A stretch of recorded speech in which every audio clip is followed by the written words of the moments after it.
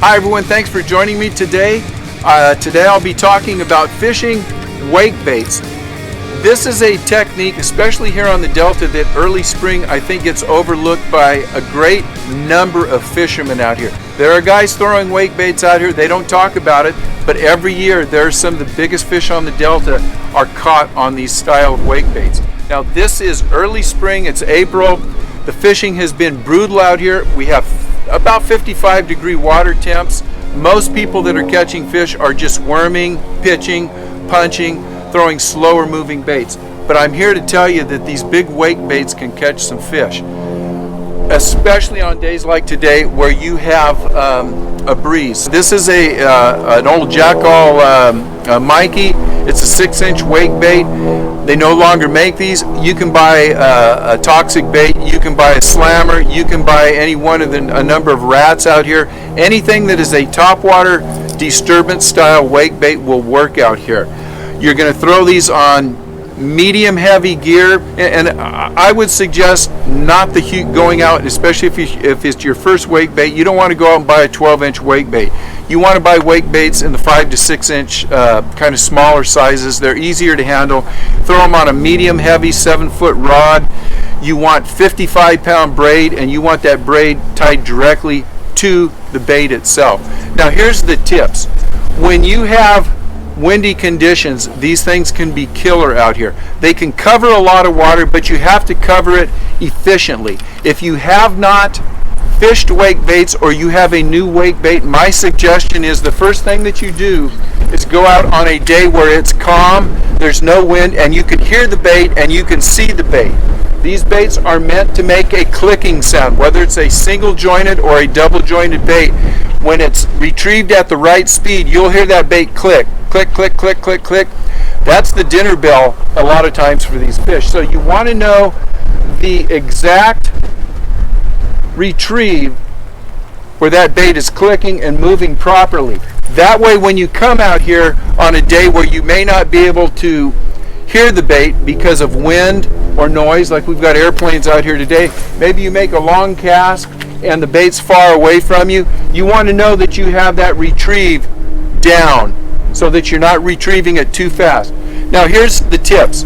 When you come out to a big flat or you come out to an edge, two leads, whatever it may be, whatever you're fishing, you can cover a lot of area with these wake baits. But the thing that you don't want to do is burn these baits. Throw them out, burn them back, throw them out, burn them back. You want to use that retrieve that you know is the right speed. You want to change the cadence. You want to stop that bait. You want to twitch it. Always keep your eye on that bait, because as it is floating around in the capillary waves and it's just moving back and forth, a lot of times the fish will hit it without you even moving the bait. So don't be afraid to stop it and fish it just like a bobber. You'll be surprised at how many fish come up and take that bait when it's not moving. Don't be afraid to twitch it in small twitches, but don't move the bait fast, don't burn it back. Another thing is, as you fish an area, you're going to make a long cast, retrieve that bait slowly, and as you get that bait in, you're not going to throw back to the same area. If I just threw it in front of the boat and I retrieve this bait, I'm going to now throw out to maybe 3 o'clock and then maybe 6 o'clock or whatever it is. But you want to put that bait in different areas. As these baits slam down and you're retrieving them, every fish in the area knows that bait's there. They may not hit it. These are not high percentage baits. These are baits that are going to attract certain fish, and they're going to be aggressive fish, and most of the time they're going to be big fish. It pays no dividends to continue casting to the same area. So fan cast through your areas. If you think there are fish there, or you get a few looky-loos that don't bite it, you want to leave the area, come back at a different tide, or if you have cloud cover come over or a wind comes up, go back to that area and fish it 2 or 3 times during the day with the same bait. But don't sit in that same area and just fish, fish, fish, fish.